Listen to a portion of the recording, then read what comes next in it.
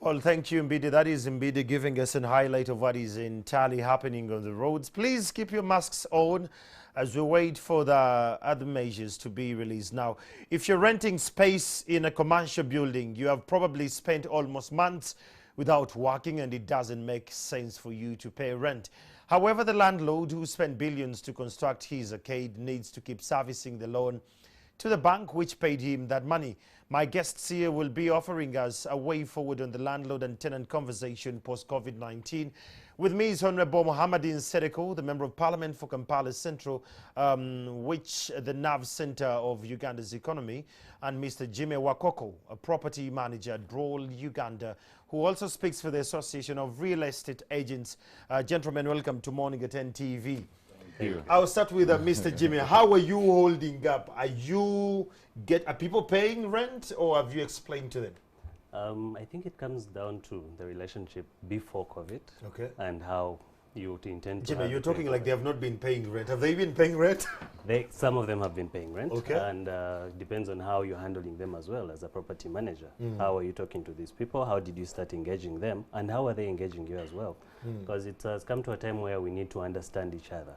Okay. We need to look at both sides of the table. We need to be fair to each other. We need to listen. You need to know that the tenant has not been working. At the same time, you need to know that the landlord has to meet their obligation. So what do? We come to the table. Those are the kind of conversations that we've been pushing for. Have landlords been coming through and compromising some standards? Yes and no. The yes seems to be far-fetched. You may be very honest with us. Have landlords been, compromising situations where we are today? And on what grounds have they been doing this? Now, I'll give you an example. Depends on how you've been planning for your property. If you've been planning for your property, you will know that, okay, COVID has happened out of Uganda, yeah, and it's definitely going to affect us here. These tenants are going to be hit. I am going to be hit. What do? Start engaging. Okay. Even before, start planning. If this happens, what do? So before this actually happened, as a Brawl, we had engaged some of the tenants, told them that this is what we are going into, and these are the possible scenarios. Even we go to the landlord and explain to the landlord that, okay, this is what is coming, and this is what you should expect. So if you manage those expectations going forward, the landlord will not push you as the manager or as the tenant, yeah, to meet an obligation that you cannot meet. And at the same time, the tenant will understand from the landlord's point of view what they're expected to do, to what extent. Okay. Yeah. Honorable, you are the center of the business district. I've been seeing you rallying a lot on online talking about the same issue. The picture seems to be bigger than what meets the lenses and the eye. Indulge us. Yeah, I would like to tell all our viewers, first of all, good morning, and thank you for having hosted us this morning. This is a campaign that have not started today. Actually, even before COVID, as early as last year, when I was vouching for the relationship to be put into law between the tenant and the landlord. And within that relationship, we had a forecast of the unseen. We had included things like insurance and who pays for the insurance, failure to pay as a result of security interventions, what we call force majeure and others. Now, what we are having today is the tip of the iceberg. I've been telling people, when these lockdown measures came, people were clapping.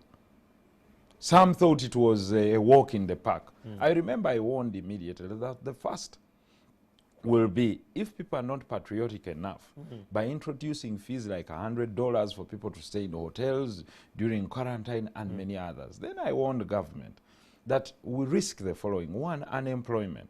Unemployment as a result of the following. One, failure to make interventions on credit that employers have acquired from banks. If this goes on for 90 days or longer, many of them will not be able to pay up this credit. And the default rate for the payments that they will have to, to pay in form of interest will be so high. Now the default rate is at over 85%. If there is a default rate at credit payment, now, if you are a business person, what do you pay first? Do you pay the loans or do you pay the rent? Now, it is the opportunity cost here. who will you squeeze first? Because you have an agreement With the bank. With the bank. Most of them do not have subsisting agreements with the landlords. Some do. But within the new law, everyone would have had, it would be compulsory for everyone that will be doing any tenancy to have an agreement so that it's enforceable by courts of law. Most agreements are by word of mouth. Now, when you go downtown, what is reflected on the receipts for payment, for purposes of, evading taxes and others, at the end of the day, is not what is actually paid. They'll show you a receipt of a tenant that reflects 300,000 when they actually pay 5 million. But because they are squeezed, the desperation for desire of working premises drives people to doing what is unconventional. Now, at the end of the day, let me talk about the reality of what we have now. Now, we are at the ease down level 1. Easing down the lockdown. What do? We have to return people to work. Now, you open up for cars, private transport. The presumption of this government is that whatever measure is driven to people, that the presumption is that everyone is at work or they are being paid. They are working from home. Now, 90% of the people that rent commercial premises were not actually at work.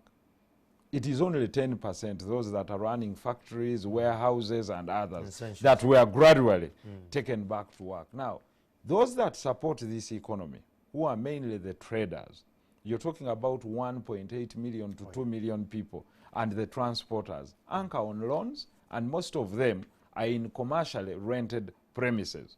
Now, if there is a high default rate on their credit, there is definitely 90% default rate on rent.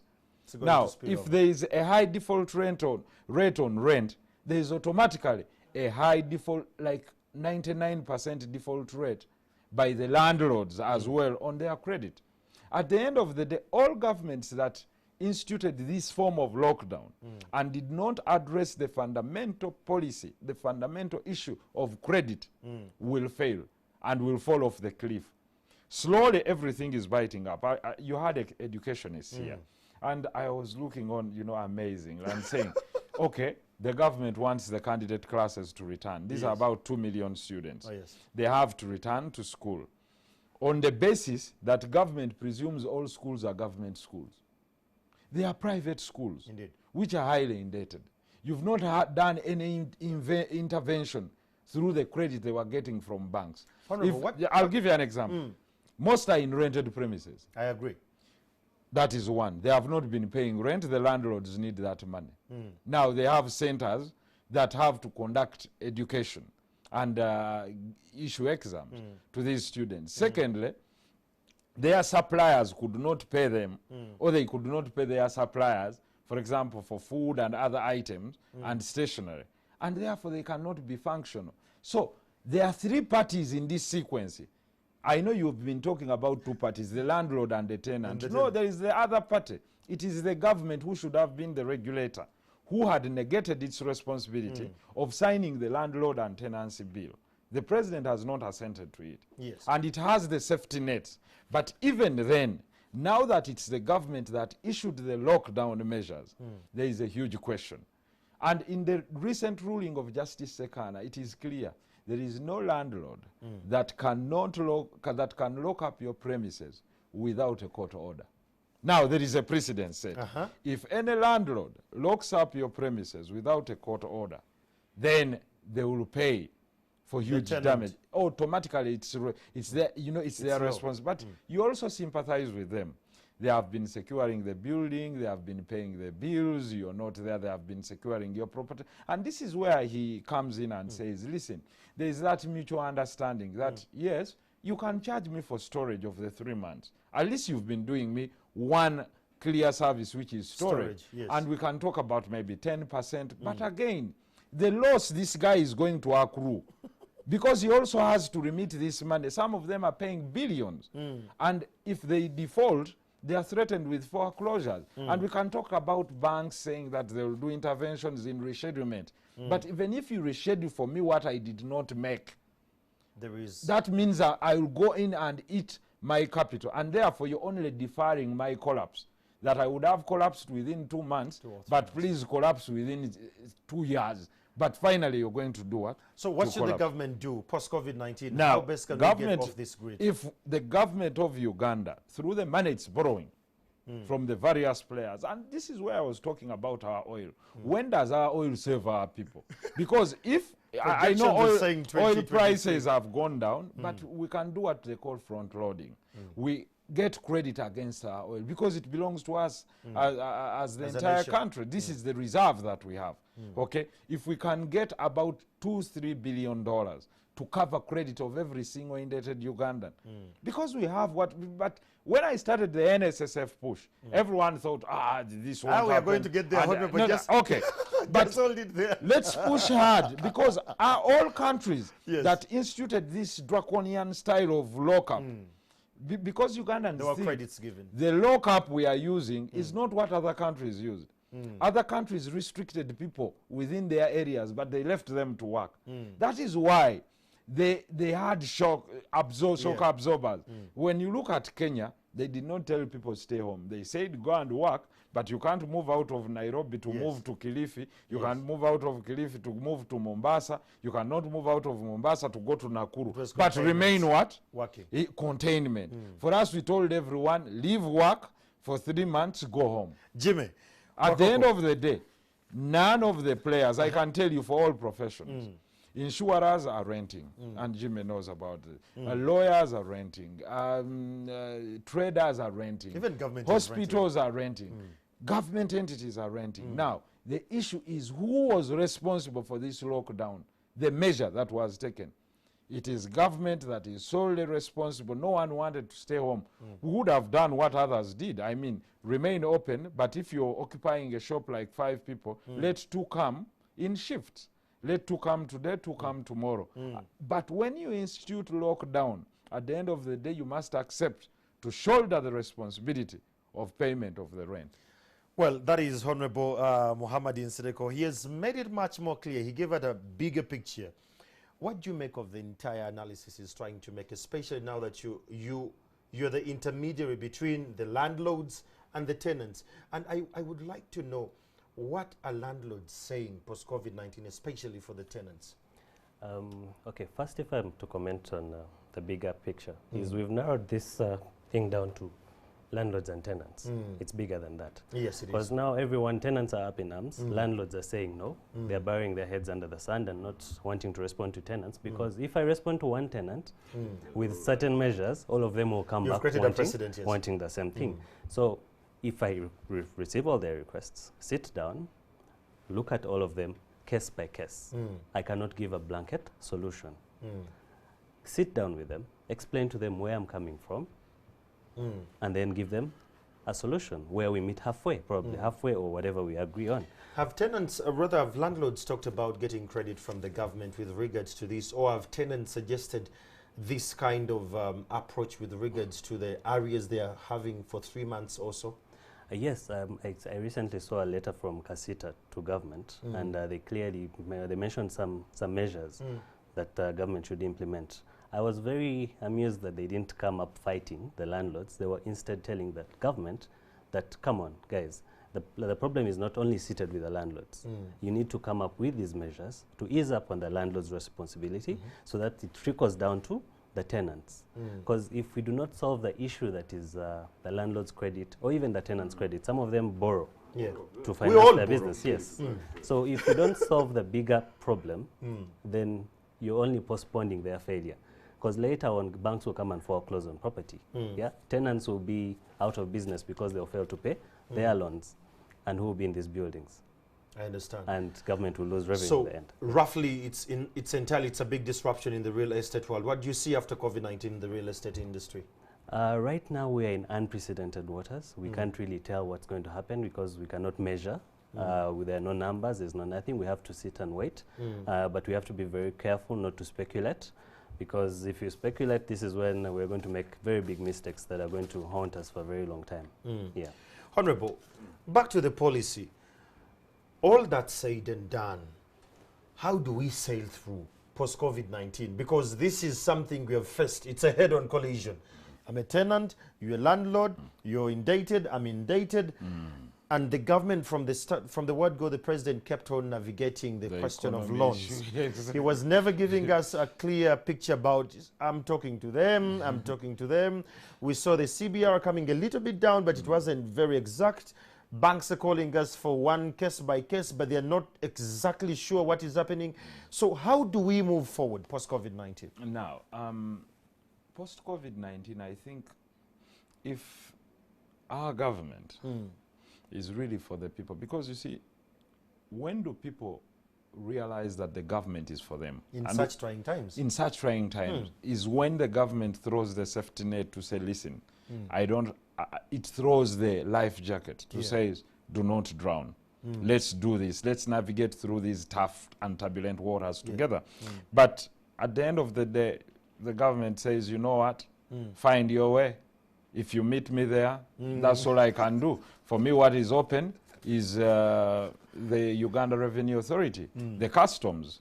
For whatever you have to bring in, for me, I'll have to tax you. Now, the government must realize that its existence and survival depends on the survival of its own people.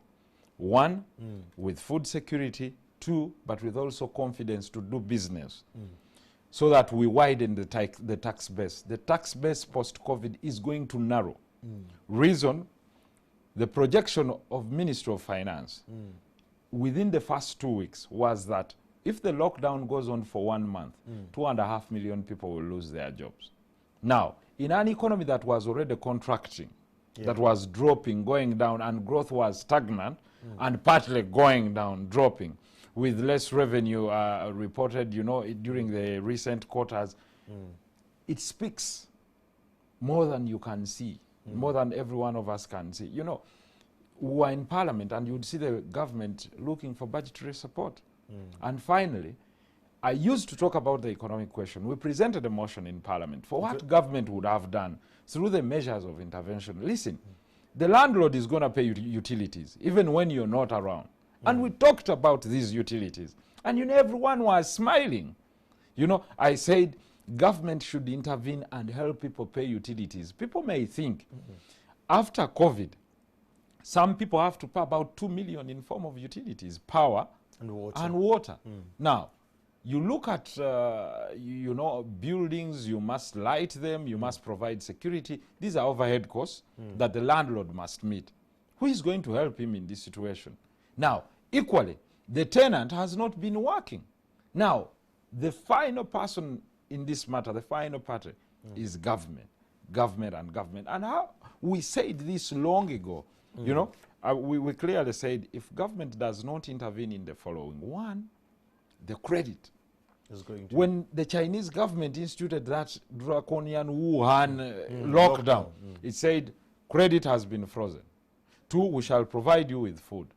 Three, everyone after post-COVID who wants to get loans, you're going to get loans at 0.1%, meaning it's just a handling fee. Those are measures. You know, so that you create liquidity. Anyone that needs social security, you can pick it. Now, how have you returned liquidity in the pockets of the people? Even our neighboring countries, they have said, you know what, if you've been paying pay as you earn with this threshold, do not pay. So that returns the liquidity to you. Ours, the safety net would be for all those that have been working and the remittances are not there. I had the Ministry of Education talking about payment of teachers in private schools. Good, but who are you commanding to pay? When they have to pay rent, they have to pay, they are defaulting on their loans. At the end of the day, you instituted a measure, they have been back, because the first one to be hit, the first two sectors were education and transport, public transport. Now, they have been home. You can envisage this situation, my brother. I've been home for 3 months. I have 3 children in school. One is in P7, they are all candidates, another one in senior 4, and another one in senior 6. I'm a border rider. I was told to stay home. I'm a matatu driver. I was told to stay home. A hotel worker. I was told to stay home.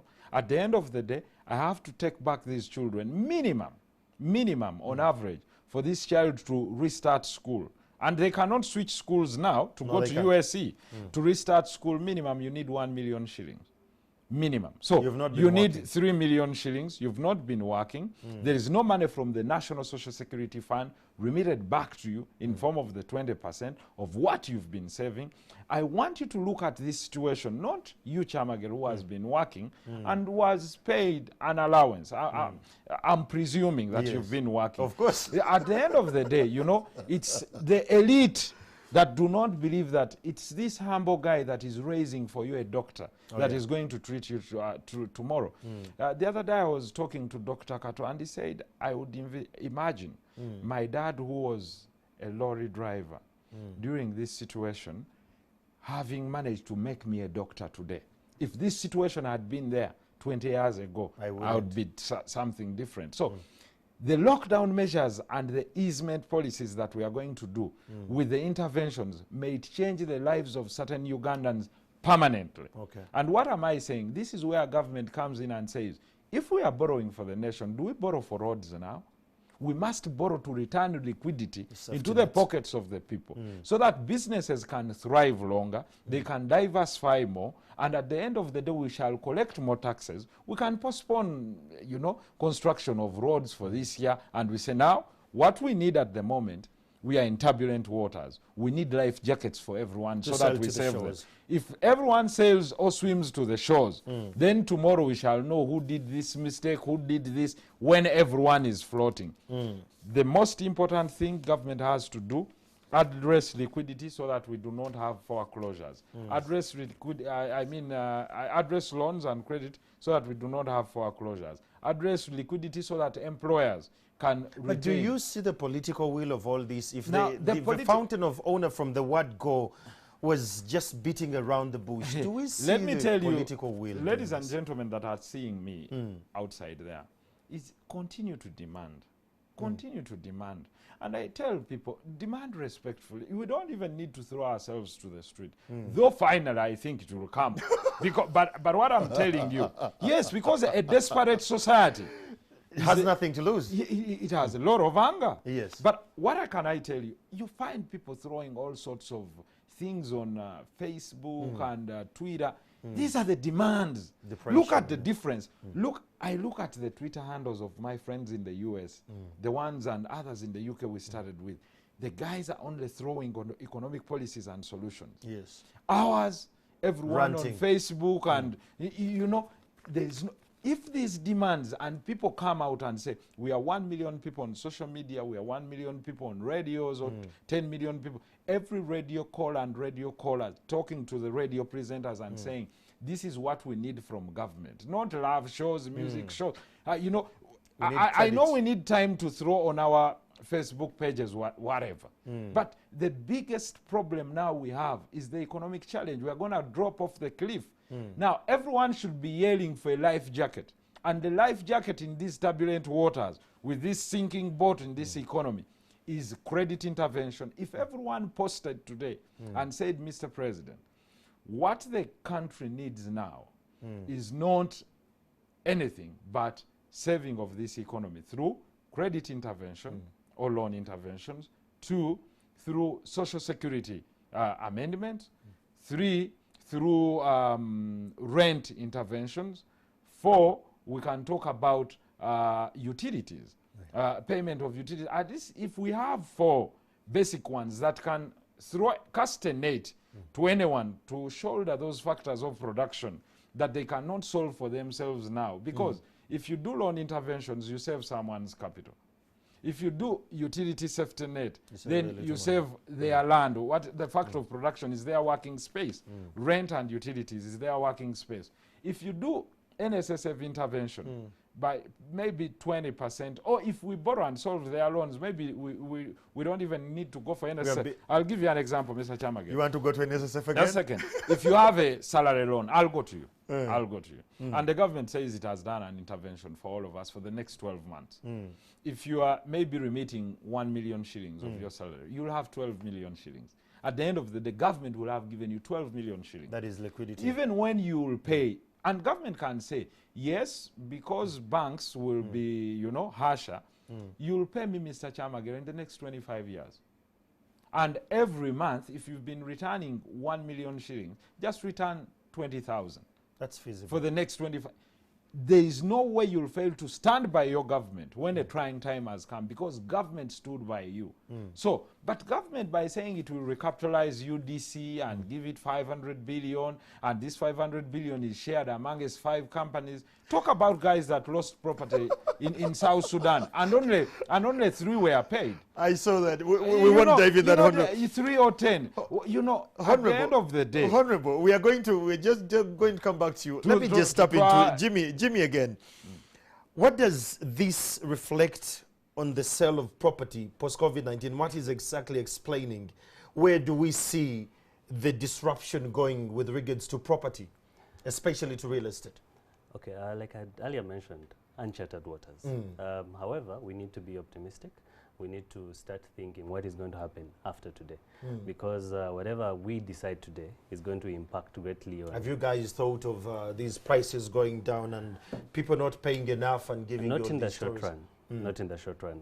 You don't expect people to all of a sudden put all their properties on the market. You know you're hitting a recession? Yes, but it will be long term, like I said. The prices will not go down immediately. Neither can we anticipate if they will go up. So we need to look at it in a way that we need to solve the problem that we have now, to avoid the problems in the future. Whatever the safety nets is talking about, do they apply in any way of your land? Yes, like I can tell you, the landlord is paying corporation tax, they're paying property tax, they're paying VAT, gratuity. They're paying gratuity, they're paying for their staff. So if they're paying this, where are they getting the money from? At the same time, where is the tenant going to get the money to pay the rent if they have not been working? I asked a question today on one of my social media handles. I was like, okay, all of us are happy to drive out of our homes today to our jobs. But where? But are you sure that that job is still there? Oh, how long is it going to still be existing? Gas for no reason. Yes. So it's a big thing that we need to think about holistically. It has to be a multi-sectoral approach. Let's listen to each other. As Brawl, do you feel left out by government? Do you feel alone and frightened that the government has not cast the life jacket, like he puts it, to save you in these trying moments?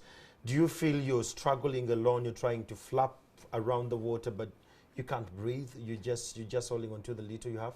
Our part as an industry? Our part in this is to advise the people that are involved, the landlords, the tenants.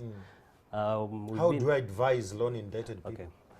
For the past 10 years, as Brawl, as Association of Real Estate Agents, we've been pushing for regularization of this industry because it's highly unregulated. True. If it's unregulated, there's no way you can actually tell what's happening in there. There's no way you can control. Right now, if we had a law in place that would put certain measures, when this happens, this is the remedy. We would be able to, we would have a fallback position. Tenants would be able to probably go to court if the landlord is stubborn, or the landlord will be able to go to court. And if we have a law in place, things like insurance will come in. So we would not be having this fight of, are you going to pay me my rent or not? If there is an issue, I can easily walk to my insurance company and get compensated. But we don't have that in place. So maybe government needs to look further and push to have that law in place. However, it needs to be a proper law. Okay. Yeah. What do you mean by the word proper? Sometimes we get laws passed, and some of the clauses in there are actually going against the law itself. So if it's drafted, it has to involve the people that are actually stakeholders. They need to consult, they need to have their input, and they need to listen to them. And we need not to politicize this issue, because yes, there is politics and it has to play part. However, there is the other side. So we need to listen to both parties, meet in the middle, come up with what works. Okay. Honorable, I'll bring this to your attention. The Landlord and Tenant Bill that was passed in 2019 requires landlords and tenants to sign a tenancy agreement for rent transactions of over 500,000. However, the current circumstances, most landlords don't issue such agreements. And what will be the basis for the government to compensate, if it is to compensate anyway? That is at a pedestrian approach bit. But looking at the holistic approach, what should we do with the central bank to come to all this? And now, the central bank itself is looking for recapitalization. Let's start with that. The lender of last resort, which is the central bank, is on drip. And I can tell you, it's been to Parliament looking for money for recapitalization. And how it made these losses, no one knows. So, as you're talking about several issues, my brother is talking about non-politicization. Yes, indeed, we do not want to politicize anything. It's our colleagues, actually, that politicize these things and want to portray us who are talking for the people. As political. As, you know, the people politicizing matters. Because, I mean, if... But you're a landlord and you're a tenant at the same time. Everyone will be that. You will be a landlord in the suburbs, you will be a tenant in the city. All those that are renting, let's say, on Crested Towers, are landlords, probably, at home. No, but what can I tell you? As a matter of fact, I'll show you what government is bound to lose if people walk out of business.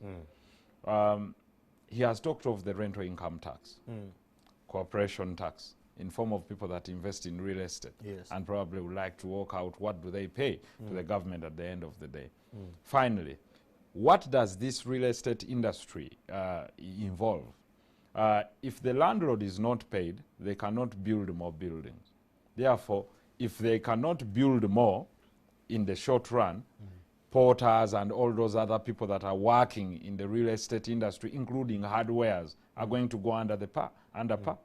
So they are going to drop off the cliff. So if you think this effect of failure to pay rent will only affect you as an individual, that, well, as a tenant, I will not have paid rent, and at the end of the day, I'll be excused. No, at the end of the day, you'll be competing for small rental space, and it will be expensive in the long run.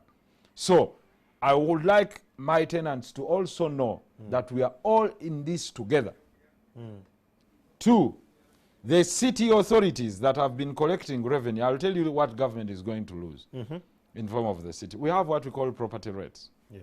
They collect over 81 billion from property rates. Now, in the absence of people occupying rental properties, who are you going to charge property rates? You can't pay. And then they use presumption.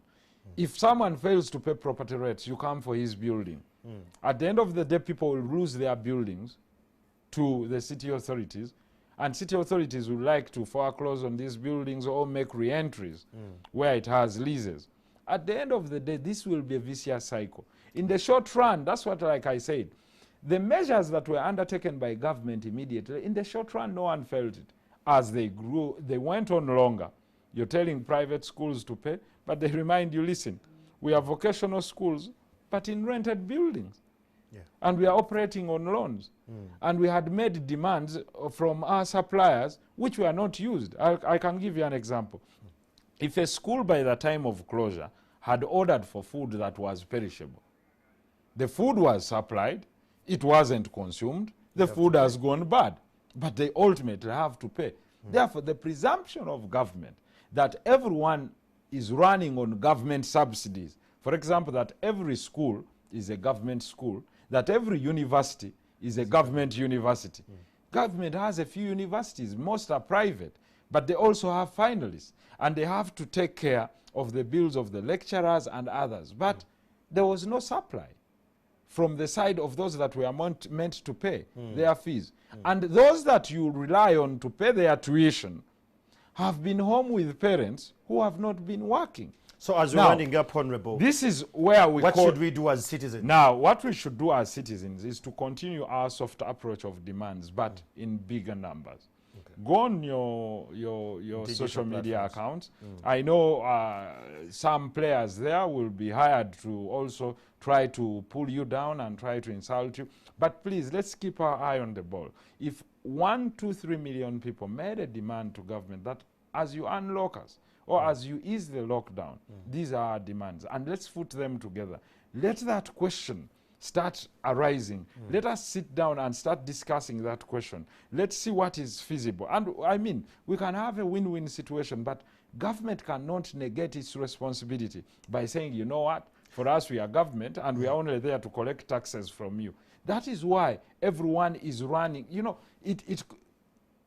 the current leadership creates a situation where everyone will be begging from it. You know, religious leaders will come and say, we've not been having offertory, you know, schools will come, private schools, everyone will need. At the end of the day, it will be giving handouts to this one, bailing them out. That is micromanaging, You know, people. That's micromanaging people. That is wrong, and that is taking advantage of the political, of the economically vulnerable to seek your, to enforce your political mandate on them and take their political will. What we need is leadership. It's unfair. I mean, we need a leadership that cares for every Ugandan during this situation, because finally, and I would like to tell even those players that are outside there, ladies and gentlemen, if 6 million people wake up in the morning and have nothing to do, we open up for private cars, for people to go and perform maybe work or do their working obligations. When buildings are closed, it's as illogical as opening up garages without spare parts are closed. And spare part shops are closed, but or even people are at home. So I'm going to burn gas to come and do what? To perform what function? 1 million people that are supposed to commute to town, transit to town, their shops are closed. Buildings are closed. Their buildings are closed. I mean, other than insurers, who else were working there? Most people have their, sources of businesses closed. At the end of the day, if we want to ease the lockdown, let's, swallow our pride and say, listen, we made a mistake. I remember the president saying, you know what? I think I made a mistake on the doctors and nurses, and but we were all right. You know, he doesn't want to get there, and for me that's okay. Yes. For someone to say, I think we made a mistake, but I warned immediately. I said, you say everyone should stay home, no car should move. How will the nurses and doctors get to work? We made a mistake. At the end of the day, we lost over 100 people. So sad. To negligence. So, post-COVID-19 effects. One person was beaten by the Uganda police and he died. Very absurd. Torture for failure to have a mask in Ruengo. You saw people's motorcycles, a young man kneeling down and crying in public and saying, listen, do not take my motorbike. I have the helmet. I'm not carrying anyone. And the guy just said, put your motorbike onto the lorry. Well, so what is that you fought for in 86? We hope if this pandagari continues of that nature, insensitivity of the people that are suffering, I can tell you, it will only be a matter of time. Let's keep demanding for what we need to see change post-COVID-19, especially when it goes to credit and seeing things how they're working out. We've had, that is Jimmy Wankoko from Wakoko from Brol explaining how exactly the real estate has been badly affected. And Honorable Mohammadin Sariko, who happens to be the Member of Parliament for Kampala Central, giving us a bigger picture to what bewaits us, or what befell the nation and what awaits us shortly after COVID-19. I'm Andrew Chamagio. This conversation still goes on online on our Twitter handles and the digital platforms. Please make sure you follow this conversation and let's find solutions. And well, like he said, it's time to scream for your life jacket. I'm Andrew Chamagio, and shortly after me, Farida Nakasby is coming up with Mwasuze Mutie. Good morning.